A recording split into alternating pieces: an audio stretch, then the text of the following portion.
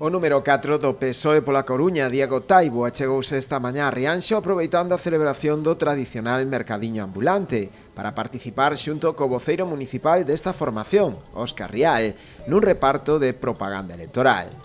Ali falou da importancia que teñen as eleccións xerais deste domingo e do que se xoga cos cidadáns nelas co seu voto. Nas vindeiras eleccións deste domingo non se trata de que gañen as esquerdas ou gañen as dereitas, nin os azuis, nin os rojos. Isto vai de outra cousa, isto vai de ter dereitos ou de perder eses dereitos.